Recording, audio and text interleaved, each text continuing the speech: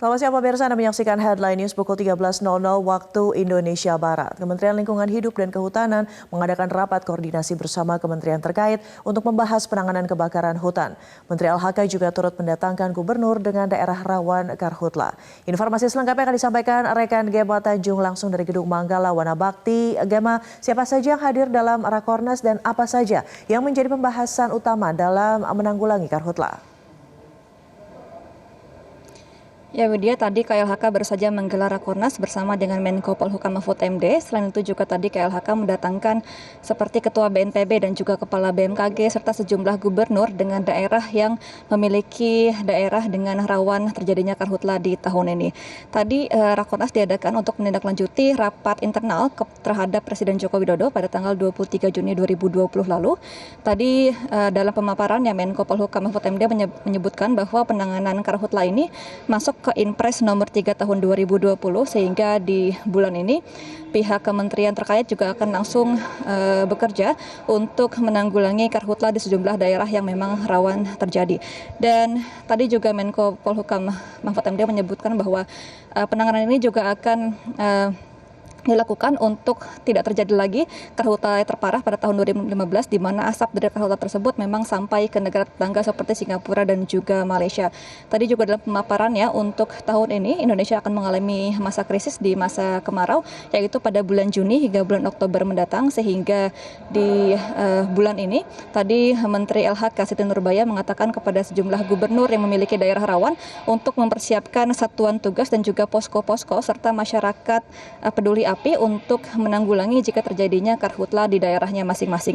Selain itu juga pemerintah akan melakukan analisis iklim dan juga cuaca serta akan melakukan rekayasa teknologi untuk menanggulangi jika terjadinya karhutla di tahun ini. Widya. Ya, Gema, lalu daerah apa saja atau daerah mana saja yang dinilai rawan karhutla dan solusi jangka pendek untuk menangani karhutla seperti apa?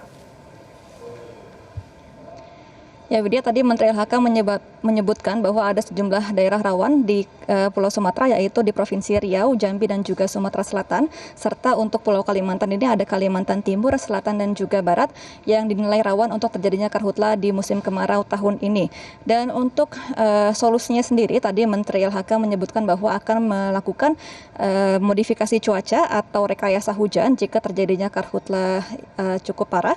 Namun untuk melakukan rekayasa hujan juga harus dilakukan penelitian terlebih dahulu seperti kondisi curah hujan dan juga kemarau serta melakukan penelitian terhadap kualitas udara serta neraca air di tanah gambut di daerah-daerah tersebut. Selain itu juga di tahun ini juga akan ada krisis fase, dua krisis fase yang fase pertama ini sudah terjadi pada bulan Februari dan hingga bulan Mei dan di krisis fase kedua ini akan terjadi pada bulan Juni ini sehingga untuk bulan ini juga pemerintah akan langsung menindaklanjuti jika ada terjadinya karhutla. Dan salah satu penyebab dari karhutla sendiri adalah pembukaan lahan, di mana pada Undang-Undang tahun 32 tahun 2009 ini dinyatakan bahwa pembukaan lahan oleh para petani diperbolehkan, namun secara tradisional, namun masih banyak oknum-oknum yang menyalahgunakan pembukaan lahan tersebut sehingga Menteri LHK akan berkoordinasi dengan Menko Perekonomian untuk menemukan formulasi yang tepat untuk melakukan pembukaan lahan.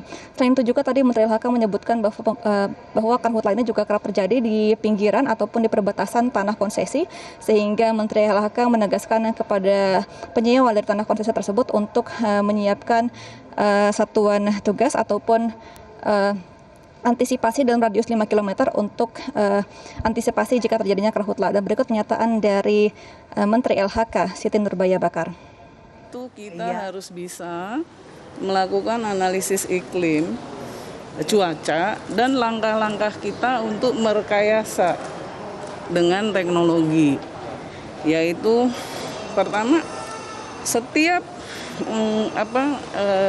kondisi curah hujan, musim kemarau, juga sensitivitas terhadap kebakaran itu ada parameternya lah, ada teknologinya.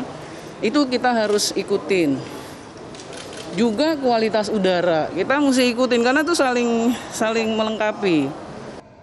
Demikian Widya, kembali ke Anda di studio. Baik, terima kasih rekan Gema Tanjung atas informasi terkini. Selamat kembali bertugas.